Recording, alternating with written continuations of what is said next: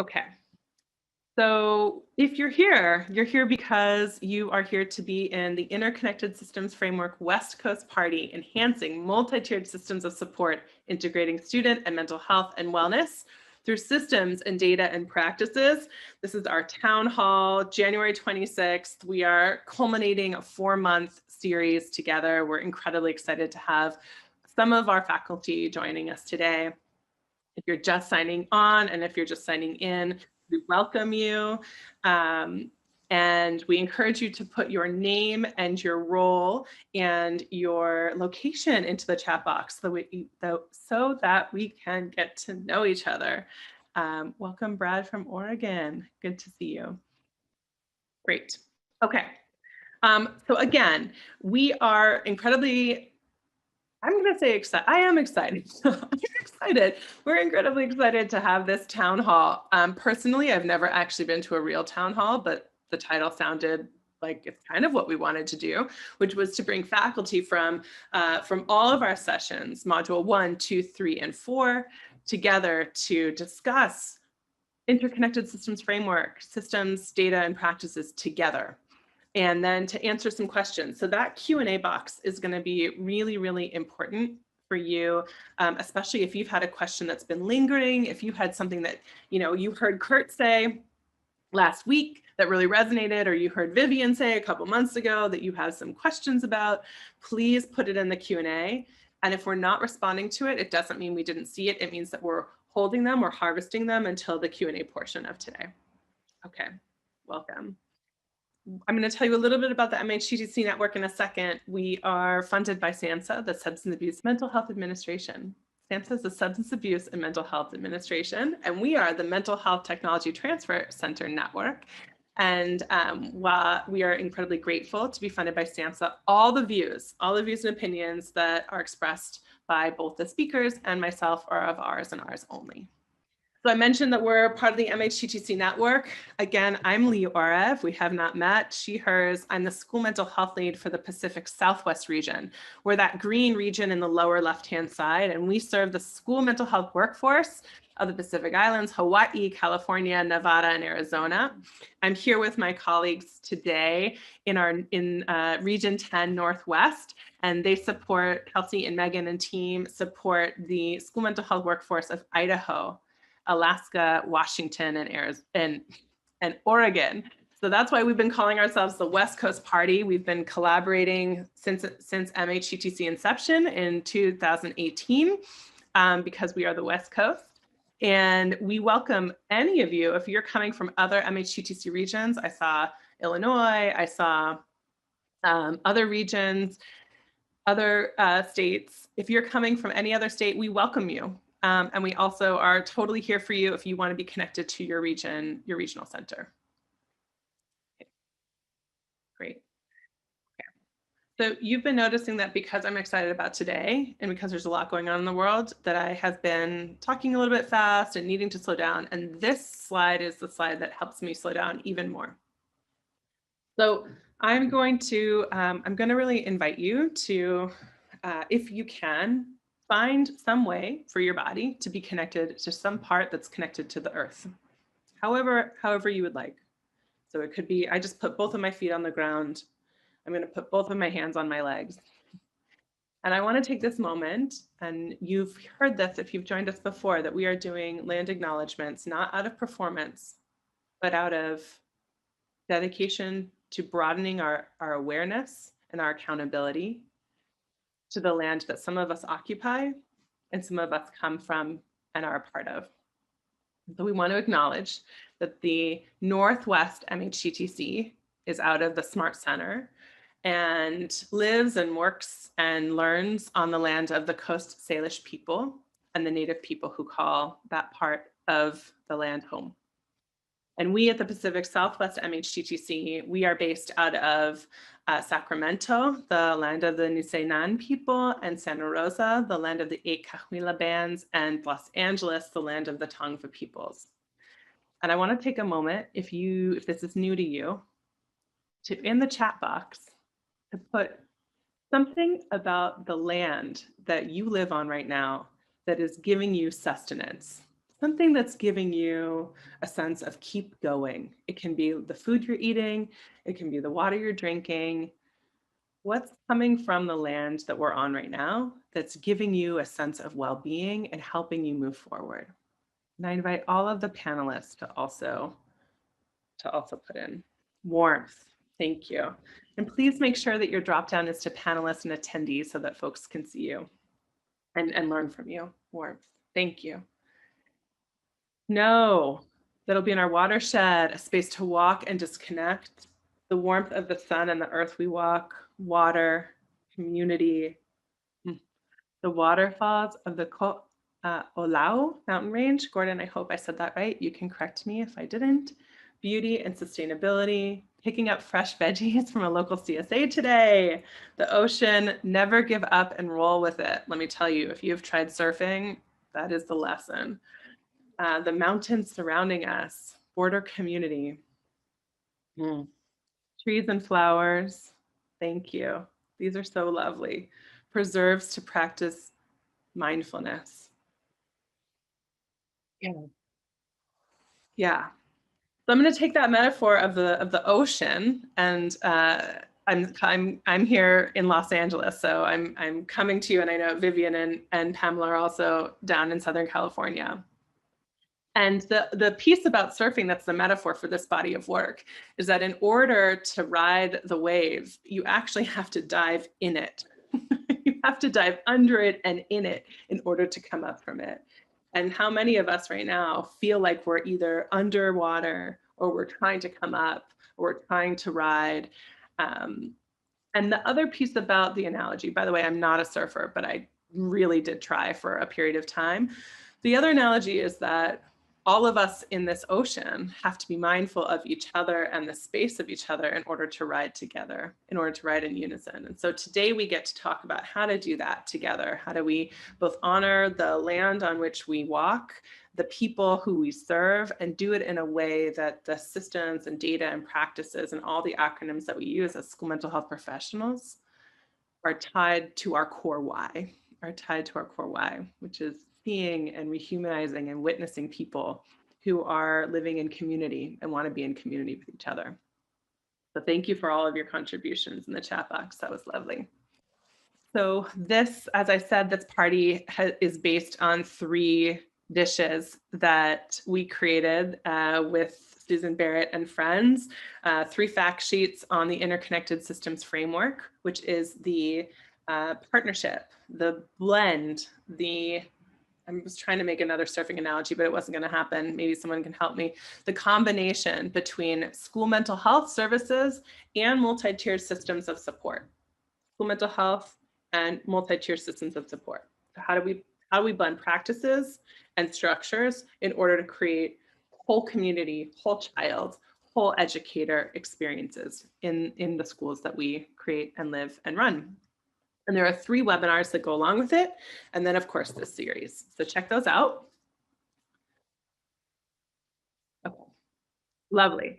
So you are here because this is the culmination of this whole series. I don't even remember who I was back in October on the 20th when we started out with Susan. So we just ended 4 modules. The first was, how do we bring interconnected systems framework to the virtual world? We learned from Susan, we learned from Steve on secondary traumatic stress. We then moved into interconnected systems framework and trauma-informed approaches. So we learned from Vivian, we learned from Pamela, and we also learned from Susan. We moved even deeper into interconnected systems framework and tiers 2 and 3, the tiers that are often need most of our work and most of our attention. I'll speak for myself personally. And we learned about virtual adaptations of CBITS and CSET and bounce back with Beth, remember that part?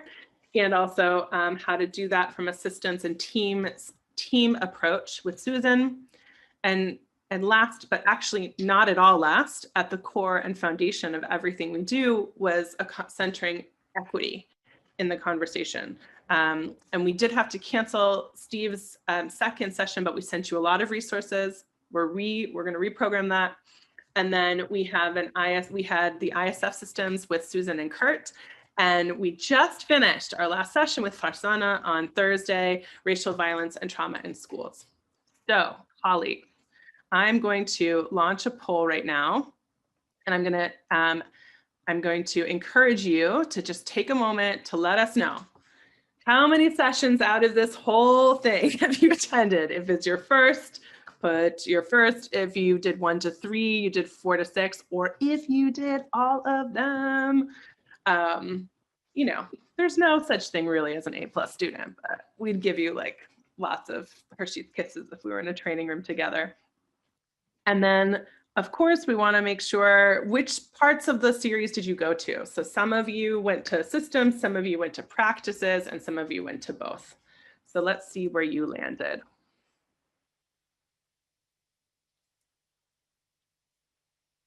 Some of you are like counting, which ones did I actually go to? Okay. I'm going to wait for a couple more folks to vote.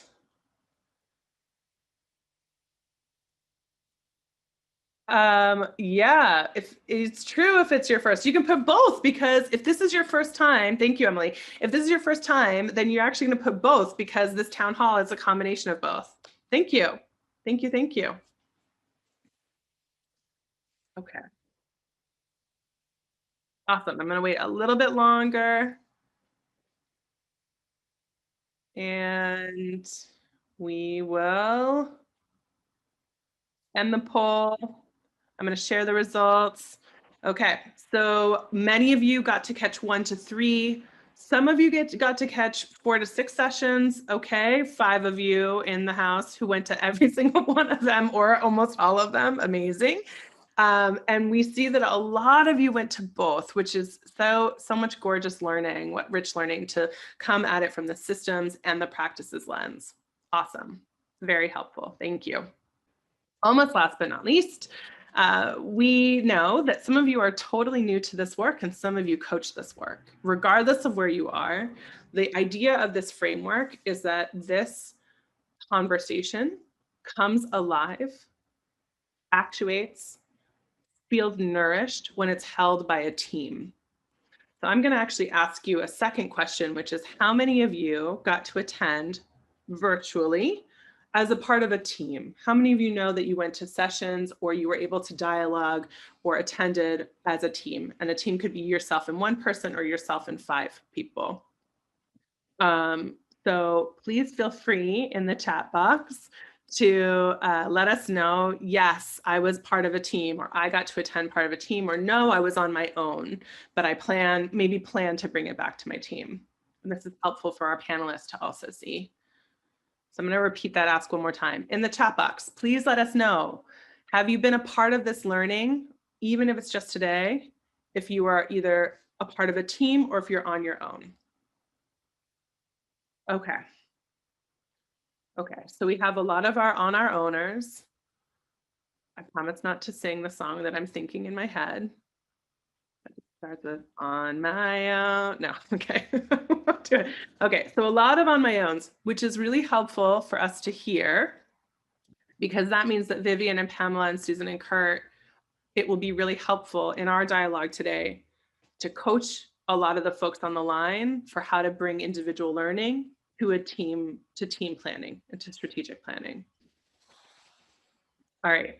On our website, we're going to post these acronyms.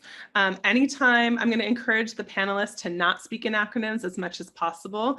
And if there's an acronym that you heard that you are not familiar with, please, please, please, please, please, beginner's mind, put that in the chat box. What was that? What did it stand for? I didn't, MTSS, PBIS, EBP, what? I'm an educator. That's my background, teacher.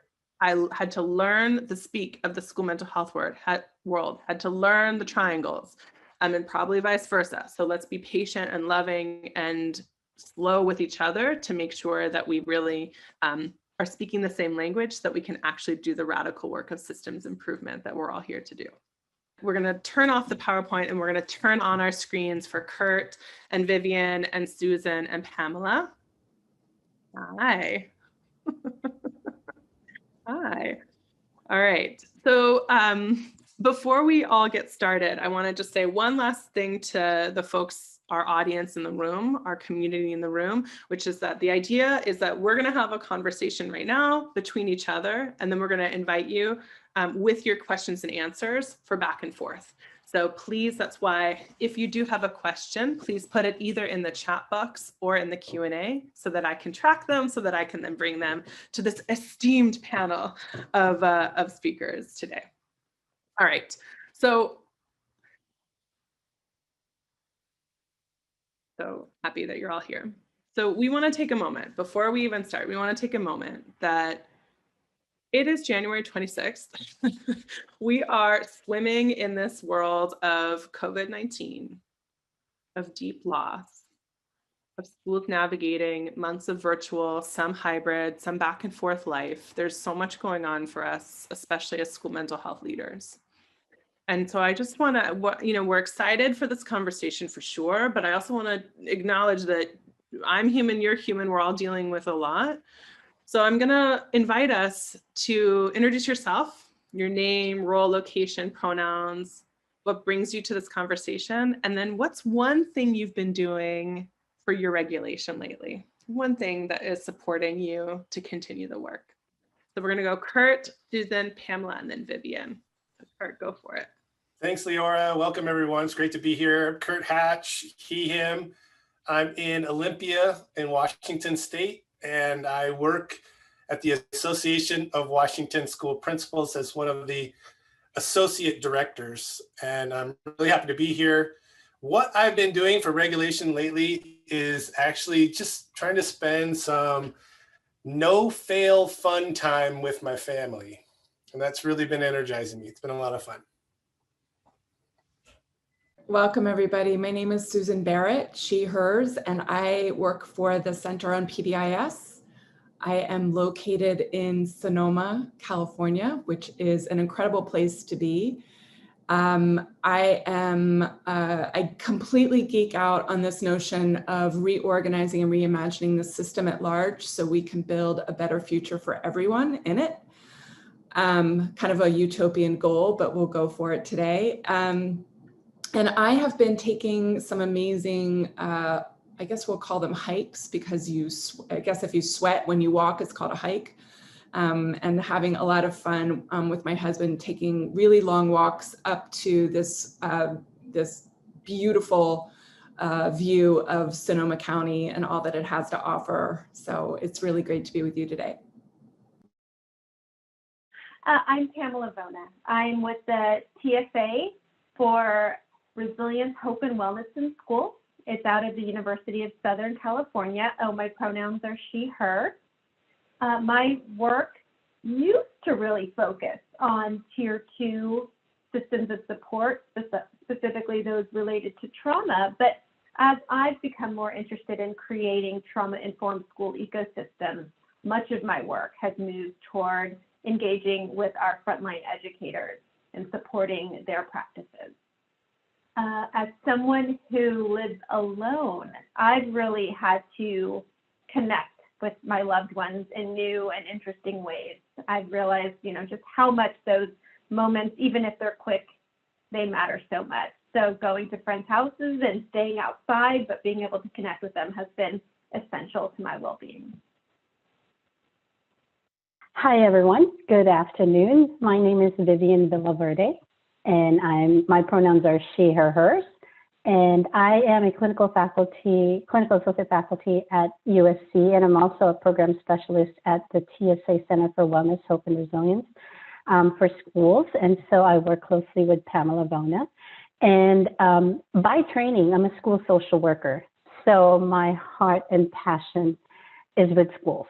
And my frustration is also a product of being in schools in terms of moving the work from that direct services into creating systems change and creating whole school changes. And so I think that's what's driving me. And I was lucky enough to be connected with TSA as a faculty. And so I'm able to continue being a school social worker as I, started teaching. In terms of self-care, walking, I started doing that again, so that's nice. I'm attempting hiking, but I thought I was going to pass out my second time, so I'm a little bit rethinking it because I really thought, I mean, seriously, it started spinning. So I'm exploring different ways to kind of deal with being cooped up in front of our computers. So that's me in a nutshell. So welcome. Thank you. Thanks, Vivian. And for the folks on the line, Steve Hayden and Farzana Salim and Beth Cooney are all trainers, part of the Treatment Services and Adaptation Center that Pamela and Vivian work for. So out of the University of Southern California. So they're not able to be here with us today because they teach and are professors, but their conversations and their content is absolutely part of the conversation. Okay. Susan, you're going to get the first question, Susan. Susan, so your entire body of work and for the series focuses on systems. So design, interruption, and change, and especially to the way that we as school mental health leaders approach school mental health. So from the Susan Barrett perspective, what kind of leadership is necessary to bring interconnected systems framework to life? And why? Like, why another acronym? Why are we doing this? Why are we integrating this at all? Yeah, so apologize for the new acronym on the block. Interconnected Systems Framework was, or ISF, the short way to say it. We coined that term because it was really hard to say, you know, when you put mental health into PBIS and use the core features of PBIS, it was really hard to write that in a book. So we had to kind of coin this term where we were talking really about integrating and intertwining and embedding mental health into every aspect of what we do inside education. And so we coined that term. You never have to use it in your life again, but know that it's built on the research that we have learned about through the course of studying PBIS implementation across the country for about 20 years. So all of our randomized control trials in that work really demonstrated to us that when you implement that with fidelity, you actually are building a mental health initiative within the school, right? Because you're decreasing the use of exclusionary discipline practices, you're building a pro-social community, and you're doing it in a very deliberate and intentional way. But one of the things that we quickly realized is that schools will never be able to do this alone. We need our community partners. We need to do a much more intentional job of bringing our families and our youth voice and our community leaders into this space, and really investing in a common way of work that focuses again on the larger neighborhood or community values, and listening and learning and making sure everybody is a leader. So when you say leader, sometimes we think of principal, we think of these specific people, but I really see leadership as something that we have to give and have everybody, elevate everybody in this work. So it's a shared commitment. Having said that, though, we definitely need people who are in positions where they can change policy and funding and training and coaching and those really big structures and systems. We need people in those positions to join us in this changing kind of process. So we're evolving, we're changing, it's iterative. So we need to be adaptive in that change. We as adults need to be modeling that for everybody. And again, those people in leadership roles need to be modeling that for everybody. Our leadership also need to be really listening, right? Leaning in and listening and understanding people's lived experiences in the system. In our session, and Kurt, I'm going to tag you in a session in a second, but in our session that we did on ISF and equity, I think one of the things that we were calling upon people to consider and ask of ourselves is, have we set up systems that are healing and are intentionally designed to heal the hurt? Or have we inadvertently set up systems that are actually harming our youth, our kids, our families, and our staff? And so having this time, I feel like we're in a crossroads, right? COVID era and all of the multiple crises we find ourselves in has provided a crossroads. And so we're going to argue, I think all of us on this panel are going to argue that this is the time to get innovative It's time to disrupt the status quo. It wasn't working for many people before this. It certainly isn't working now. But to do this, we have to have an individual charter to disrupt the status quo and collectively make agreements and commitments together to disrupt the status quo. And then one more thing, and I'll tag Kurt into this, is that I think the people that have the honor and privilege to serve as leaders in this work, first and foremost, need to de-stress our staff. And that comes through in very clear messaging, coming back to basics about what it is we do and who we serve, and making sure our staff have the skills and strategies they need to completely embed and incorporate social emotional competencies and mental health into their content area, into their domain. And we need to lift up our social emotional leaders to help build that capacity and train and support us. So our leaders really need to focus on staff wellness, de-stressing staff, and really come back to basics in terms of how we're trying to energize this movement that we're talking about. And so Kurt, I'll tag you in just for a second. Yeah, just a quick comment on that. Thanks, Susan. I think you were talking about the systems that haven't been working for folks for a while, and there's just certain groups of folks that they've been working worse for that we can name it. I think just, being honest about naming those systems and what they're doing, and anybody that's in a mental health field, so much more expertise on this, but my understanding is you name it and so you can heal it. And so if we're just trying to be honest with ourselves and saying, here's the system, sometimes good intentions can have like racist impacts. And so even if we're well-intended, we want to examine the outcomes of it and recognize that like the opportunity gaps are a function of race. So let's just say it and put it out in the space and then work with really cool systems and frameworks that Susan's talking about as a way to try to inoculate ourselves a bit from some of these biases that keep creeping into our systems. Right. Racism is the risk factor. Race is not the risk factor. Racism is. And so I think, again, that the data that we're able to capture right now and being able to disaggregate it across subgroups is really important for us to be able to constantly measure and have clear focus on, are we doing this in an equitable way? And if we're not, no more standing by and watching it just happen year after year, but doing something about it now. So in the conversation around systems leadership, what we're hearing from both of you firmly, sharply, sternly, spicily, is that leadership happens with a capital L, lowercase l. It happens across, it's vertical and horizontal, and that also that the language that we use impacts the policies and practices that we employ. So if we're still disaggregating our school mental health data by race, we might actually be still contributing to the problem versus understanding, right, the systemic and structural constructs of how we're understanding data.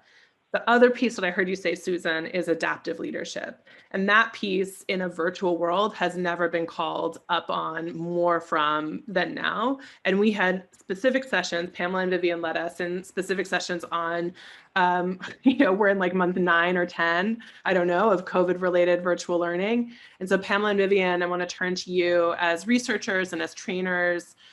You've got like a couple questions for you. What are we learning about remote professional development? Because there's a lot of folks, if you looked at the roles of folks who are in the room right now, themselves, we are also leading PD through the screen. So what are we learning about remote professional development and school mental health, and also about trauma-informed virtual relationships? Like, how do we do this work in a screen using that adaptive leadership lens that Susan and Kurt just talked about? So I wonder if I could quickly just add to the conversation about leadership before we jump into that, because currently our center is working on a trauma-informed, culturally responsive school leadership curriculum.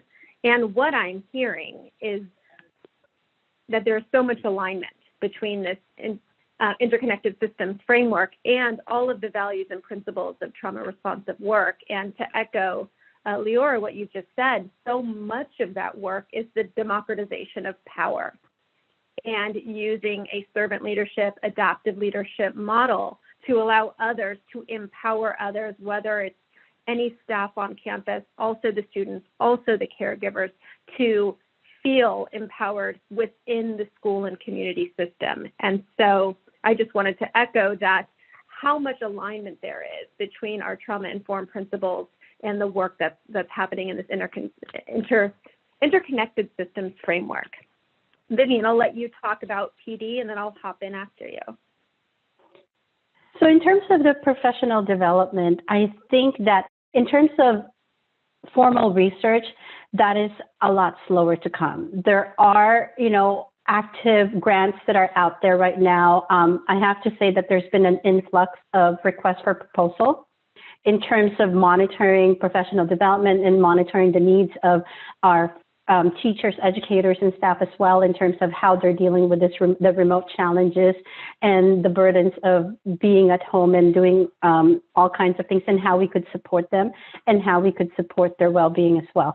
So in terms of those formal, I think within the next, I think everybody believes it, but this kinds of data are a lot slower.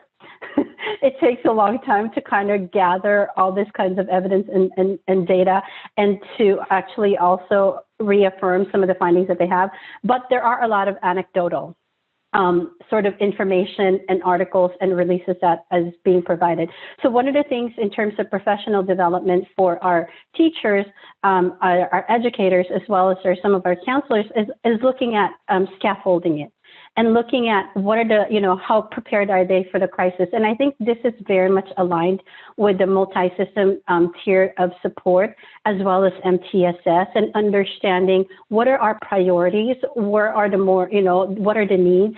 And because this is disruptive times and times of crisis, and it's such a prolonged crisis, that a lot of the needs that are emerging are those that are more in the crisis response.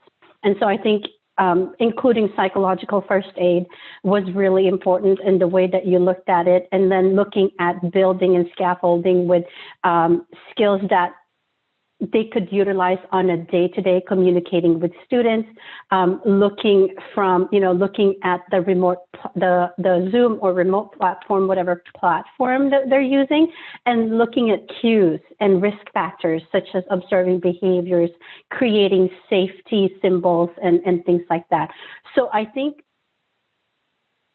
in terms of the professional development needs and who's driving that, what's driving it, I think looking at the priorities in terms of what is more emergent, like the crisis nature of what they need now, versus then what they can look at, and then looking at the transitioning back and looking at how do then they bring that back in the in-person system. So I think those are some of the things that we're looking at. And I think I can answer this question in multi ways. And it's such a loaded question. So I'm kind of focusing on that. So I don't know if Pamela has anything that she would like to add.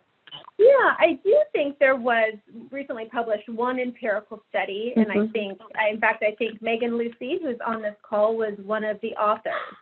And some of the findings I think are really important in that the virtual professional development really provides that opportunity for democratization, for reaching more people, for reaching our caregivers who it can sometimes be difficult to engage with. So I think there's been so many opportunities with the virtual format. I also think, and this is more anecdotal, working with school administrators, is previously we would have a full day professional development series where our educators would go into back-to-back sessions. And we know that's not ideal for uptake and for transfer of knowledge. And so many of the administrators that I'm talking with are thinking about, even when we go back to in-person, weaving in and using the virtual training so as to have maybe more frequent but shorter opportunities for training, move into a more coaching approach, which we know drives transformation of practice. So I think that's been a really positive innovation that's come from the needs that we've had to adapt to. I really appreciate that. I think that, and Kurt, I'm coming to you next, that For all of us, the learning has been, if we're talking about trauma-informed practices and systems approach, systems leadership with our young people, then we need to and are ethically and morally responsible to do the same for the adults that we work with. And so the question is the practice has always been, how do we experience trauma-informed pedagogy? How do we experience trauma-informed spaces where the first 15, 20 minutes is grounding, is regulation, is connection, even though it's through a screen? And we are learning even more and more about that. I'm sure all of you in the chat box can share experiences of when a virtual space has been really dysregulating or a virtual space has been really regulating, just like in the in-persons. And so I want to go to Kurt, as a principal, as an advocate, as a incredible leader in your community and beyond. Steve Hayden spoke on our second session about secondary traumatic stress and STAT. And I want to just bring it to you to talk about what can folks do to support educators and school mental health leaders' mental health in a different way right now. What do we need to start doing? What do we need to stop doing? Yeah, thanks for that, Leora. One of the things that we're trying to do at the organization that I'm with, and a lot of what we do is to support, provide mentoring and professional learning for school leaders, as well as some policy and governance work that we try to incorporate principal voice into. But again, it's acknowledging that this is really real. This is really intense work and it's fast paced. And certainly right now, one of the hard parts for school leaders is that they're used to being able to have some pretty concrete answers to certain questions, or certain questions are familiar or kind of repeat questions that come right about this time during a school year, or right about this time during the school year. But so many of the problems that we're trying to solve right now, it's a lot of conjecture, guesswork, best guesses. And that's a difficult space for anybody to live in just because it brings such uncertainty. And so we just try to help people slow down, make sure that they are feeling heard within their system, help them with strategies to elevate their voice. And in doing so, we found that one of the most helpful things to do is to elevate students' voices, because they will express what everybody else is feeling in very real ways. And then we could just follow that up with, hey, the kids are telling us to do this. So then the next question is, so how can we not? So if it's slow down, shift the systems, give ourselves permission to prioritize belongingness for the adults and the students. So then what does that look and sound like? Usually it means slowing down even more. And that's hard when all of these questions are being fired at us. But so deep breathing, recognizing that, okay, for example, in the state of Washington, and we put out a survey about, I think 6 months ago, and 59% of the respondents, and it was a pretty good number, about 700 principals and assistant principals, 59% said they were seriously considering leaving the profession. So people are just stressed. And so just acknowledging it is so important in humanizing our work. We're trying to create as many networks as possible to partner people up so they just know that in such an isolated time that there are other people experiencing the same challenges and how they're seeing these challenges as opportunities. And then lastly, I'll just say, and I have a little visual here.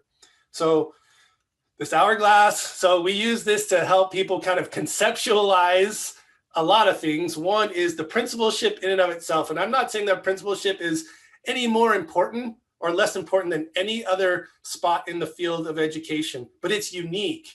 So if we picture like federal, district, local initiatives and important things flowing down here, if we turn it over, we have local, teacher, we have community and students, and the principalship sits right there, right in the middle. So helping principals and assistant principals even just see that helps them think about steps that they can take to regulate their own emotional state and say, it's that important that I do these things because this job is going to be filtering this way or this way, regardless of if I'm regulated or not. So I might as well work on those things so I can do my job better. Okay, I didn't know he was coming with the props. Came with the props. All right. Leora. Really quickly, Vivian, and then we'll move to Susan. Go Okay. for it. Oh, I just wanted to say too, I really appreciate what Kurt said in terms of listening and that democratization, because one of the literature, there's a lit review on the use of technology, and this, you know, there's going to be a lot of like sort of spillover in other different professions, but that it's not for everyone. As much as it's not for all teachers. So I think looking at what are alternative things that we could develop, such as work groups, you know, consultation groups, small groups, just to kind of supplement some of the things that we're pushing on a remote way in terms of professional development. How can we, as, you know, leaders in schools, supplement it so that they have their own inner circles that they can depend on and they can build capacity with? Thank you. Yeah, I think, Vivian, what you're bringing up for all of us, you know, I'll just say this. Many of you have heard me say this before, but my teacher and mentor always says, go back to the principles, go back to the, not principals, principles, go back to the trauma-informed principles of safety, trustworthiness, collaboration, mutuality, cultural humility, and peer support. And the piece that I'm hearing in Kurt and Vivian's contribution is not only the mitigator, but the prevention of burnout is peer support, collaboration, and mutuality. And it speaks, Susan, to this concept that you are so strident with naming of teams. And I want to be really clear with all of us on the line. There are groups and there are teams. Groups are a bunch of people. Teams are folks who are united with a shared purpose and a shared why and a shared commitment. And so, Susan, I'm going to invite you to talk about teams and teaming, and how do we design and how do we thrive in teams for this systems change work, particularly for tiers 2 and tiers 3. And if you're not making the connection, make it explicit. Kurt's talking about an individual holding that linchpin. That principal then supports, or co-principals support teams to actuate the work so that you can all hold it together. Yeah, thank you. And Kurt, I'm a recovering middle school principal, so it was, you know, I've had this wonderful experience of being classroom teacher, school counselor, resource teacher, school, right? I've done a lot of things across the board with my career, and the loneliest time was when I was a principal, right? And so right now, I really want to lift up what you said and elevate this need that our leaders need help too. And we talk about staff wellness, but I think we need to be more explicit about calling out that our leaders need wellness too, and they need to be supported right now, because it's so hard right now to be innovative when you feel like you can't do anything right, and you're getting this push and pull from the community, from the families, from the staff.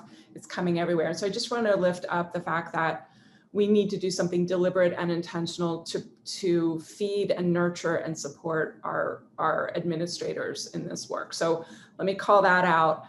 And then also say that I think as a result of a leader that's successful is one that, again, allows everyone to feel empowered to own the leadership role that they carry forward in the transformation effort, right?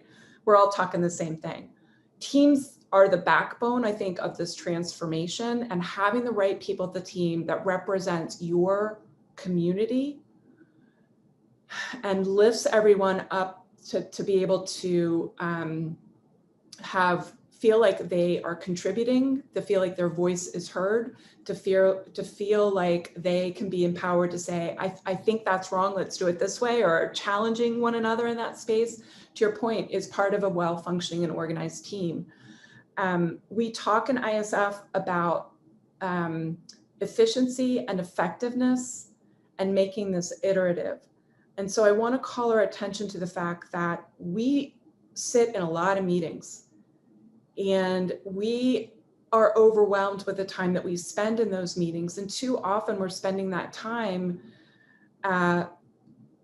bumping into egos, bumping into the scarcity mindset, bumping into show and tell. And so how do you move away from having a team that meets, that's collaborative, right? We like each other, we enjoy meeting, but it's really just a meet and greet and a show and tell. How do we get to action? How do we move that? And so what we've done in our latest monograph through the interconnected system framework is really call our attention to and script the moves of having teams become functioning teams that represent the larger stakeholder, that we invest in a single set of teams, that when an initiative or when a data point that we're really concerned about, for example, trauma comes into play, that we don't create a separate trauma team, that we embed it and incorporate it into an existing team that's leading the work in designing a positive environment and a positive ecosystem. And we put those experts on the team, right, to completely embed it. So we want to invest in a single set of teams that result in an expanded continuum of supports. And it's a unified system, right? So it's not this siloed, co-located model. It's making sure we can flex out and pull those technical experts across the tiers of support, starting with prevention, starting with having them serve as in a consultant role, as helping us determine what's needed for all, which might mean that we're strengthening and spending a lot of time fortifying our tier 1 and pulling in things that used to be something that we did for targeted supports, that we're pulling that down into tier 1, because it could be that right now 30 to 40 to 50% of our children, based on a screener, could be suffering from trauma, could be suffering anxiety, depression. They've got elevated risk, and we're not going to be able to hire our way out of it. We're not going to be able to individualize our way out of it. We've got to look to see what do we do at tier 1 that will help meet the vast majority of emotional needs right now, which means that the team needs to market mental health differently than we have ever done before. It's not just meeting somebody in a clinical space. It's about that positive greeting. It's about, celebrating together and building relationships and bonds with each other, right? That's what mental health is. So it's about strategy. It's about having the team develop that strategy together with the voice and words of the stakeholder group. And it's about investing in a single set of teams instead of splintering out the work with multiple teams. I haven't even gone into tier 2, tier 3 yet, but I want to pause and honor the time. We did go into this on one of our webinars in a lot more detail, but if you want a step-by-step process on how to do this, I think, Kelsey, if you could post the chapter 5 excerpt from our monograph, I think that would go a long way in helping people on this call take that information back to their team and start to do maybe a book study and start to really unpack this, because I think we did a really good job of scripting the moves. Or we might provide a book study, chapter study circle as a follow-up party. Who knows? Who knows? Okay, Susan. Also, thank you to our colleague Kelsey, who's dropping the links in the chat box with the quickness. Thank you. Okay, so Susan, you just dropped so much good gold nuggets on teaming, and one of the pieces around teaming from it, I know that there are district folks on the line. I know there are folks at state departments of education or at county systems leadership positions. And one of the questions always is, how do we grow and scale something, not in a way to reduce it, not in a way to make everyone do it right now, but actually in a way to build something that we know can be impactful beyond one drop in our ocean. And so Pamela, I want to turn to you, because your session on psychological first aid evoked a lot of questions for folks on how do we scale a practice into a way of being, right? And from either one school to a district to a county. So help us out. Okay, so I think there's a lot of things there. I think first and foremost, I think piggybacking on what Susan said, it's not just about what a team is doing, it's about how they do it. And so much of scalability, I think, is sort of some of that unspoken learning that occurs if we go all the way back to Bandura and modeling, knowing that how everyone or how that key team in the ecosystem is engaging with one another, that then we see that move out within if we think of concentric circles. As we think about a practice like psychological first aid, I think at a practical programmatic level, you certainly want to start bringing in people who will be your leader, maybe for that particular practice. So, wanting to integrate that within your school, within your district, having someone who takes ownership of it. So obviously a train the trainer approach, not necessarily needing to call upon outside experts. But I think beyond that, certainly whether there's fidelity to the model, if you want to have a fidelity tracking sheet, I think allowing everyone within the school to engage and use those same skills all of the time creates the culture of psychological first aid. It becomes the norm of psychological first aid. This is how I check in with a student. So I think it's both the practical, procedural stuff, getting the right people on board to lead the initiative, and then using what Albert Bandura taught us about social modeling and let that do the rest. Thanks, Pamela. Does anyone have, what else? I know, Susan, you do a lot of systems coaching. Kurt, you also from your eagle eye, are there any case studies or real life examples that we can share of this work, this interconnected systems framework, systems, practices, and data in the real life that make you feel like, yep, this is where the work needs to go? So I can jump in, Kurt. So I was just posting that, to Pamela's point, we throw a lot of professional development out and we throw a lot of new content. And so really it's about having the team have time to distill that new content and figure out how to fit and apply that in the context and the culture and make it realistic and feasible. And I don't think we realize or recognize how hard it is to change adult behavior and how much support is really required. And so oftentimes we kind of think that, oh, we did that training, click it, check it off the box. And then we quickly go to the outcomes and see what the outcomes are like without looking at the middle section, which is holding ourselves accountable for fidelity of implementation. So to what extent are we actually providing adequate types of coaching to make sure that what we're delivering is actually evidence-based and that we're doing it well and it matches the culture, context, and developmental age of our students that we're in front of, and that students actually benefit from it. So that kind of that team-based problems, data-informed problem-solving logic of being able to select the right thing at the right time to make sure that staff have adequate training to figure out how to apply that new knowledge in their role that they're serving in the school. And then having a coach that can come in and you establish kind of this culture of coaching where we're all kind of coaching each other up, we're all giving performance feedback in really small ways and say, oh, let's just tweak it here.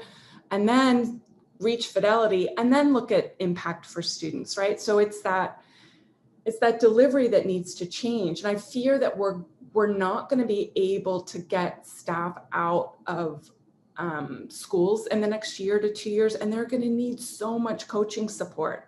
So how do we take the library of all the things we've recorded in this past year and have coaches be able to take little 10-minute sections of something that's really relevant from a data point, have the team and staff listen to it, have dialogue about how we're going to apply it, and then build a valuation metric to make sure we're holding ourselves accountable for it and that students are benefiting from it. I'll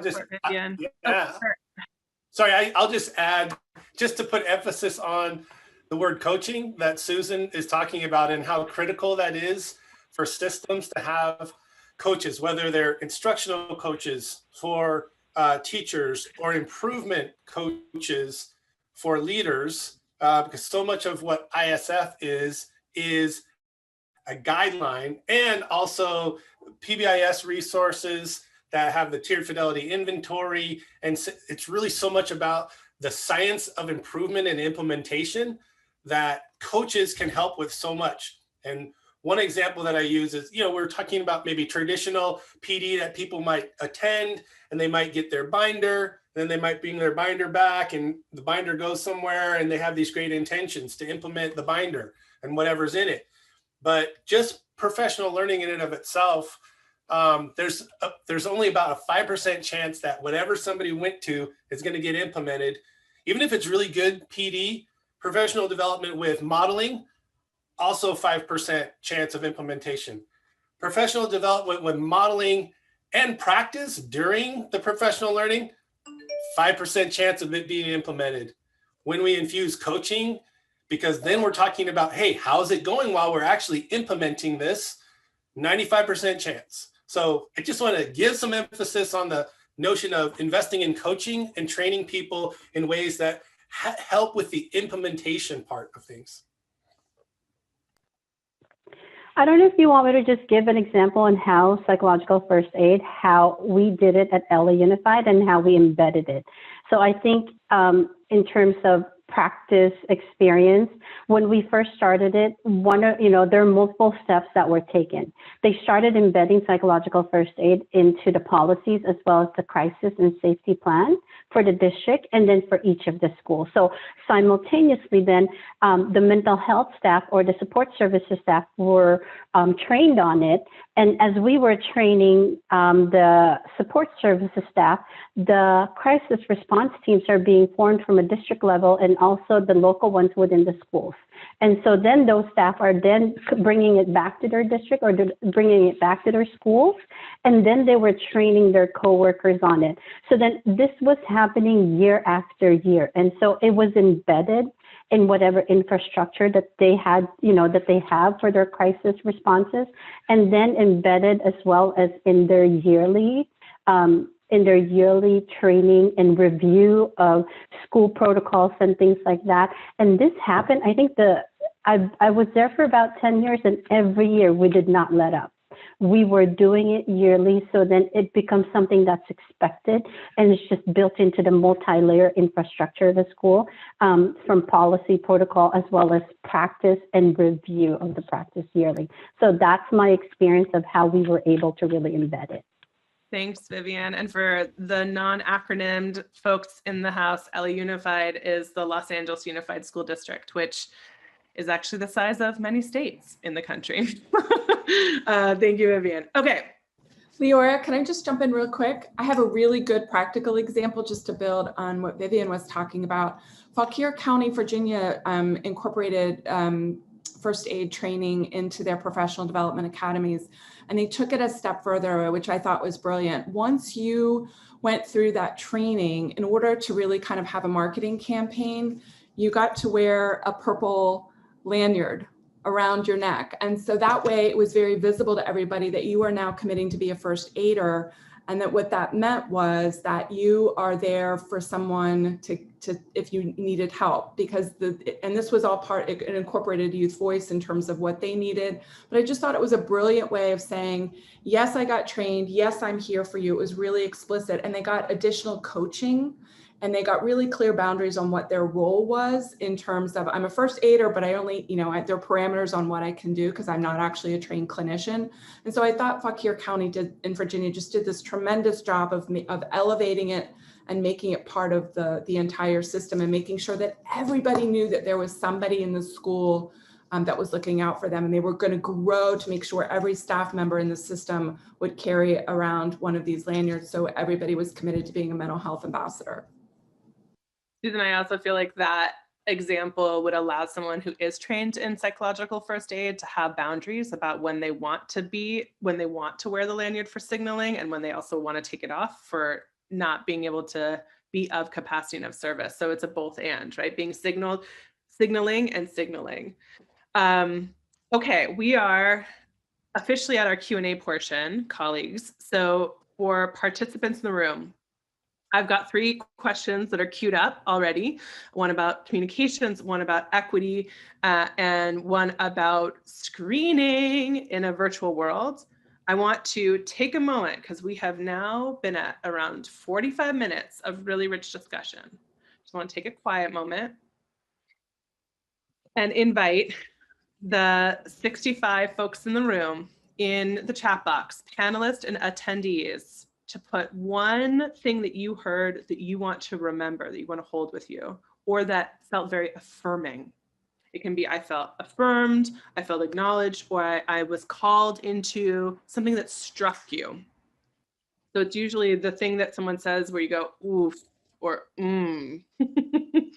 So we're gonna be quiet. I'm gonna invite panelists to do the same. Please make sure that your drop down is to panelists and attendees, and this will help us transition into some Q&A. So what have you heard that has made you go ooh or mm-hmm?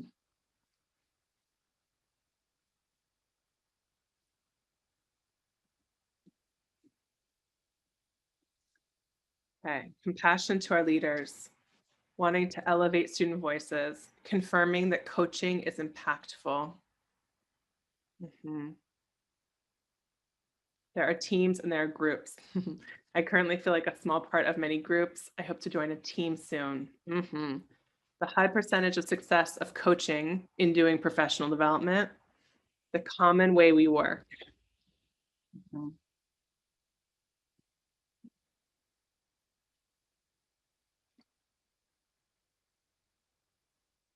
Racism is the problem, not race. The same would go for classism is the problem, not class.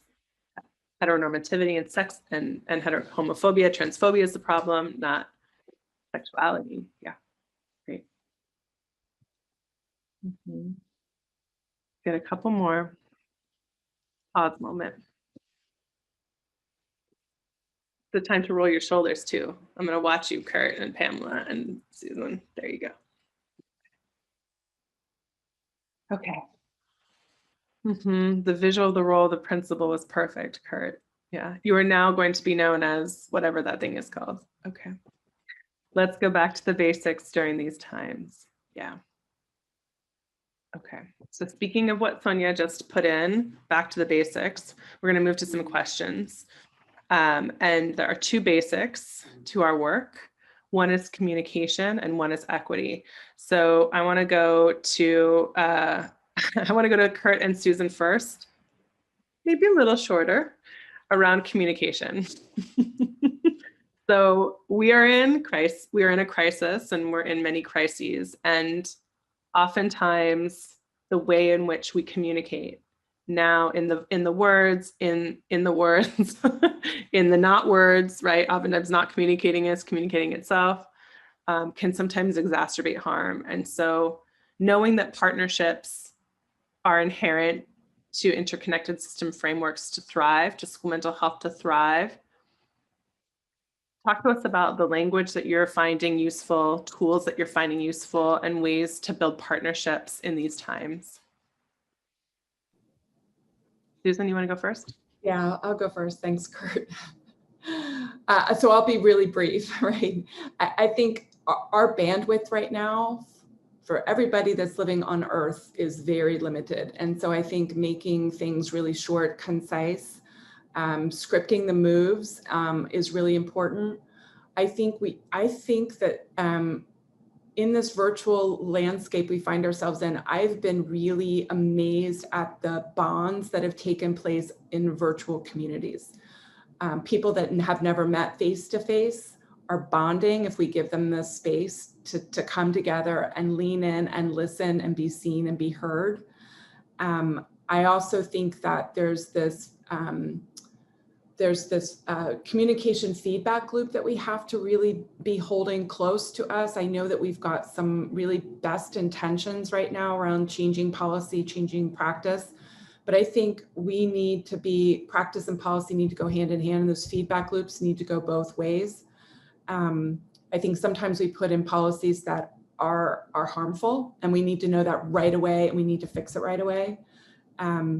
So I think there's a lot of really amazing things happening right now. There's so much innovation. There's so much happening right in virtual technology. It's about keeping this pace when we go back face to face, when the world finally opens up, and keeping the communication lines open the way we've been doing now, and making sure that we're leaning in and constantly listening and having that feedback loop that's informing how we evolve and change. And I'll switch it over to Kurt. Yeah, just to continue what you were saying about listening being really important, thinking of communication as way of doing it as frequently as possible, and just reaching out to people and trying to be as human as possible. That's kind of what we're emphasizing at the organization that I live with or work with, and that I think gives people permission to do the same thing, because there's so many technical problems to be solved. They'll get solved. We're putting a lot of time and energy into that. And so I'm going to share a couple of quotes that this made me think of. We've been talking a lot about leadership. And so I'll just hit return on the chat. And the first one that really resonates with me is that leadership is synonymous with becoming yourself. It's precisely that simple. It's also that difficult. So I think for us, that means leadership is an act of just iterating continually our true selves and trying to be as integrated as possible so we can lead then authentically who we are, which leads me to the next quote. And there's actually an article about this. I think it's fantastic. That just setting ourselves right now, especially in these trying times, that leadership is actually an act of love, and so is listening. And so if we just center ourselves and ground ourselves in that we're trying to do heartfelt, loving work. And then lastly, this just came to me a little bit ago. It was based on a Dan Habib presentation that I listened to today, and it was fantastic. And he just did a small documentary on a principal. It could be any school leader, any leader who was suffering from ALS. And so towards the end of the documentary, it was just, what are the lessons that this person has learned, the person that was afflicted by ALS, as he was kind of sunsetting in his life. And so his message to kids was just, don't hesitate to tell people that you love them. And so to me, that just kind of captures that quote of leadership is an act of love, and just doing that verbally while we're listening is just really important right now. Thank you. So speaking of an act of love, this is the least smooth transition of my moderator professional career. Speaking of an act of love, I want to turn it to Vivian and Pamela and Susan to take a couple minutes for us to talk about how do we screen and create cultures of screening that is based out of love and not based out of tracking, punitive, shaming, or control. Did you like that transition, everyone? I felt like that was really smooth. Thank you. I mean, I'll take a first stab at it, and I'll bring it back to what you said earlier. I think whatever it is, infrastructure you're going to put in and how you're going to embed it. And I think there's a lot of conversations out there in terms of, appropriateness of screening and, do we have the infrastructure for supports as we screen and things like that? But one of the things that, whatever it is that we're going to do, I want to bring it back to what you said. Bring it, apply the principles of being a trauma-informed system. As you're looking at building your infrastructure, as you're looking at building your network of supports, the social networks where you're going to actually link them to, whether it's in-house or outside of your school system, are you using the lens of safety, trust and transparency, peer support, collaboration and mutuality, empowerment, voice and choice. And in terms of the sixth one, the cultural humility, is it culturally responsive? So it's not just being, engaging in humility, but really engaging in cultural responsiveness as you develop this, as you look at what infrastructure and what system protocols are you going to put in place. And so I'll just leave it at that, because I think that's the key part, is that using those 6 principles as a lens as you engage in the work. Our colleague Beth Cooney was able to provide some screening recommendations as it relates to Tier 2 interventions, specifically around our trauma-focused interventions. I think another important aspect is really weaving in the caregiver to support the screening process. Calling, engaging in consent, and really, when possible, weaving them into that screening process. The other thing I think is that we need to screen from a strengths-based lens. So as much as many of our screeners, especially those that are trauma-focused, we're talking about adverse childhood experiences, we need to also be talking about those positive childhood experiences. We need to be talking about strengths of students, because those are the buffers. Those are how a student is going to feel empowered. And so I think we need to have a very, we need to balance that out more, rather than having screeners that just focus on adversity. Anything to add, Susan, before we transition? Yeah, I just think focusing, you know, again, in my utopian world, we would have universal mental health and social emotional screeners, just like we have vision screening and hearing screening, and it wouldn't have the stigma that we have with mental health. So that's my utopian world. Having said that, though, it's so important, again, for us to have an adjustment period so that there's this time to learn about one another, to learn about our stories, our strengths that we bring, and to be really clear about what a screener is and what it is not. And so there's always this misrule that a screener is a diagnostic assessment and we're going to label kids, and that's not at all what it is. And so how do we use that information along with other information to actively uncover what the strengths our youth and children bring to the table and what their needs are? And then being able to customize the fit based on that profile, that health profile, if you will, right?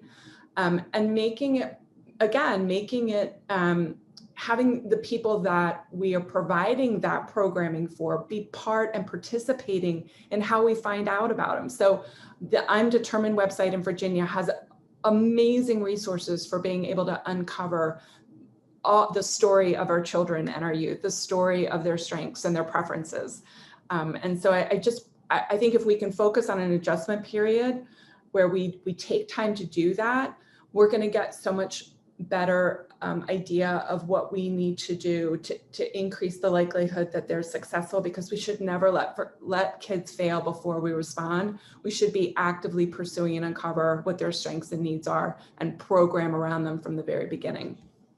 Okay, y'all, she said we should never let kids fail before we respond. So let's just hold that for a second, because we are going to circle that back to what we started with wellness for our staff. And we can never let our staff be burned out, leaving toxic before we respond, right? Same as. Okay, last piece here. And again, not last because last, but last because center, and sometimes hardest to hold. I want to bring up the conversation about this work and equity, not equity as in being misunderstood as equality, but equity as our commitment to really interrupting and redistributing power and understanding need as it is framed in historic harm that school mental health and education systems have contributed to and fostered over time. And so we're going to do a kind of Brene Brown a la-esque lightning round. Okay, I'm not saying I'm Brene Brown. I'm just saying we're going to do a Brene Brown situation where I'm going to ask you we're going to do a go around. When you think about ISF and equity, what do you want to start? What do you want to start? What do you want to keep going? And what do you want to never hear again? So it could sound like this. I'm Leora, ISF and equity. I never want to see rewards being used as a form of, as a way for a student to get their needs being met, because that's control over, power over, and not power with, right? I never want to see students being labeled as red, yellow, or green. So that's a sample. Who wants to go first? All right, Vivian, go for it. I think one of my biggest ones is I don't want to see a kid being suspended again. I think that is definitely one thing that we're schools, we're here to teach. We're not here to exclude students. And so I think that that's something that right now it's not the same across the board. There are some laws that are, eliminating suspensions in some states, but that's not a national sort of policy that we have. And why are we punishing the students when they're crying out for help? So sorry, that's too long. No, and Vivian, I completely agree. I think we've been using exclusionary discipline practices as a way, because we don't know what else to do, right? And we've been so afraid of letting the mental health piece in and understanding what the emotional needs are. We've actually harmed many, many youth. And so I never want that. But I want to go one step further and say, if you're leaving the assigned academic instructional time, that we count that we start to look at what's going on that because we're hiding so much data right now. We're saying don't suspend, but we're excluding kids from the assigned instructional environment. We're sending them to buddy rooms. We're sending them to buddy benches. And I never want to see that again. I want us to figure out what the needs are and work with that child and say, I see you, I hear you, and I'm going to do everything in my power to support you. And we're going to redesign what we do for you because it's not working for you.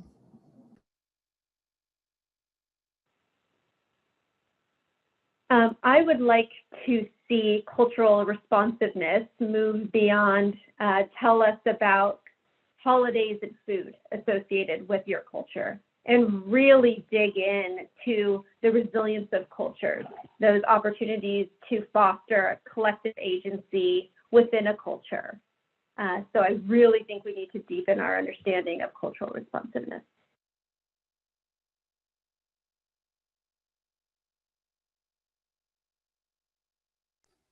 Okay, I'll add one thing to what Pamela was saying.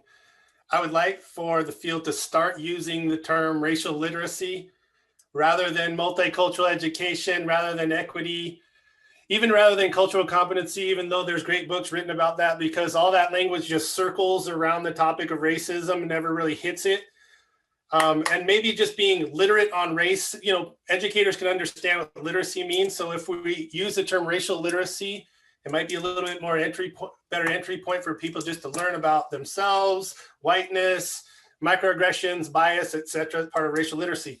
And I would love for people to start acknowledging, as Dr. Janine Jones from the University of Washington said, that racism is an adverse childhood experience. On that note, folks. Yes, thank you. Powerful lightning round.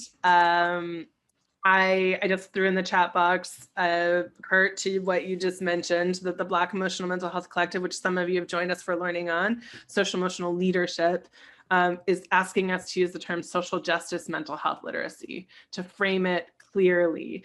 And then for all of us, what would it require if we are saying part of what it means to be a school mental health leader right now, which all of us are, means to be racially literate, racism literate, social justice mental health literate. How would we have to change our behavior and our functions and our ways of doing? Okay, so we've got some starts, some stops. I'm so into folks doing the same thing in the chat box. We are moving into close, and I'm going to ask both panelists in the chat box, but also our colleagues, you out there in the world, after this session today, or after all of our entire series today, what is one thing that you don't ever want to do again? What is one way that this conversation has been interruptive? One way that this conversation has called you into rethinking your behavior as a school mental health leader, or the way that you approach the work? And that's a scary question. I'm not asking you, how has this been most impactful? I'm actually asking you, how has this been most interruptive? So I'm going to invite you in the chat box. We already have Brad, who's saying, using the term racial literacy with my team, I want to start, keep leading my trauma-informed heart. And I also don't ever want to see another child suspended. Okay, thank you. So let's see. Oh, great, we've got more. Start seeing better coordination of care. Stop seeing students expelled prior to multiple efforts being made to prevent, triage, or treat. Great. Okay, let's get some more. Let's get a couple minutes, folks. Okay, using the term social justice, mental health literacy, that's a start. What are you going to do after this conversation today, or after you're learning with the series? What are you going to interrupt? This is the call to action piece.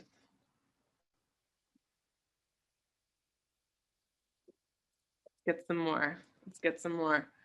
Make them public so we can hold each other accountable. Interrupt screening for deficits only. Beautiful, beautiful. Yes. I never want to do another train and pray. I never want to do that either, Pamela. So let's never do that again. Maybe 2021 is the year of no more webinars. What would that look like? Okay. Let's get a couple more and then we're going to move into closing. So I'm going to cue Kelsey to bring up the PowerPoint. Speaking of doing no more webinars. Let's get a couple more. What are y'all going to stop doing? And so we've got someone who's saying, yes, racial literacy, love it, and dedication to coaching more. Great. Okay. So I'm going to make sure that I'm working from a trauma-informed approach and speak that to our leaders, right? Which also can be speaking that to ourselves. I know for myself as leader, I always have to remind myself, go back to the principles. Anyone who works with me can tell you all the times that I have not worked from the principles. So it is human and it is messy and is real, right? Kurt, Vivian, Pamela, and Susan. Okay, so continue to put your commitments. I want to say thank you to Kurt and Vivian and Pamela and Susan, to Kelsey and Megan, to our entire team. It has been an incredibly rich 4 months of learning. It has been an incredibly rich 90 minutes. I don't think I've ever done this much. My earrings have really done a lot of wobbling with the head nodding. I invite you, if you are out there in the world, to join me in thanking the panelists. I am going to walk us through some closing pieces. Vivian, Pamela, Susan, Kurt, feel free to hang out on the videos or go off on video, whatever feels most comfortable, but we're going to bring you back for another. Please be reading the thank yous is what I want to say, so you can get some coups. Okay, so friends, it seems like we are going to be called, Kelsey, I'm cueing you, that we're called into thinking about how to create programming to move individual learning into team leadership. So our invitation is for you to take a moment after the session to think about what resonated, what needs more inquiry, and how we can further support you. You have the volume 2 link in this chat box. It's up on the website as well. We welcome you to check out the Treatment Services and Adaptation Center that Vivian and Pamela and Dr. Marlene Wong and Beth Cooney and Farsana Salim and Dr. Steve Hayden all lead and support and contribute. We also, Megan will put in the link, but if you were one of the folks who didn't get to go to all 9 of our events, they're all recorded and all the decks are up on the website. So there is massive rich learning, and we can take a cue from Susan and Pamela and Vivian and Kurt, who were saying, find the 10-minute sound bites. So maybe you watch them and you find which parts would most resonate to make meaning of with your team. All right.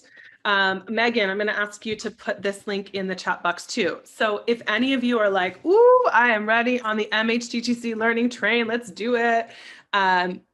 You may know, and you may have remembered that we have worked with the National Center for School Mental Health with Dr. Sharon Hoover and team. And we created a national school mental health curriculum called Always.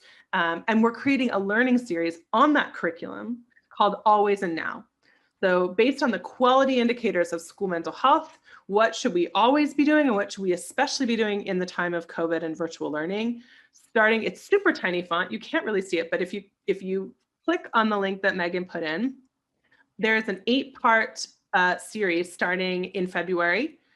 There will be videos sent to you before on each of the modules, and then there will be main sessions with practitioners from across the country talking about teaming, tier 1, tier 2, 3, evaluation, partnerships, and then each MHTTC region will be hosting their after party, a breakout session. So I'll be hosting mine, Kelsey, Megan will be hosting theirs.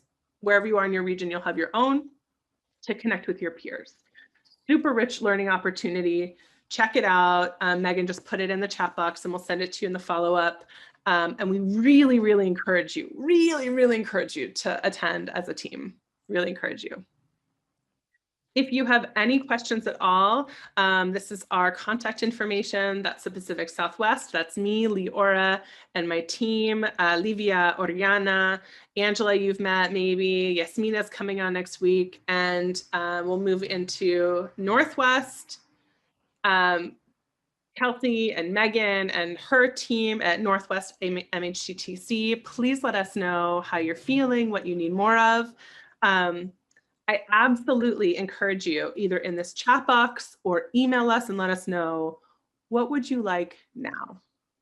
What kind of learning would you like now? After this whole 4 months, after last year's webinars and then discussion hours with practitioners, we've done a ton of different pedagogy with this content.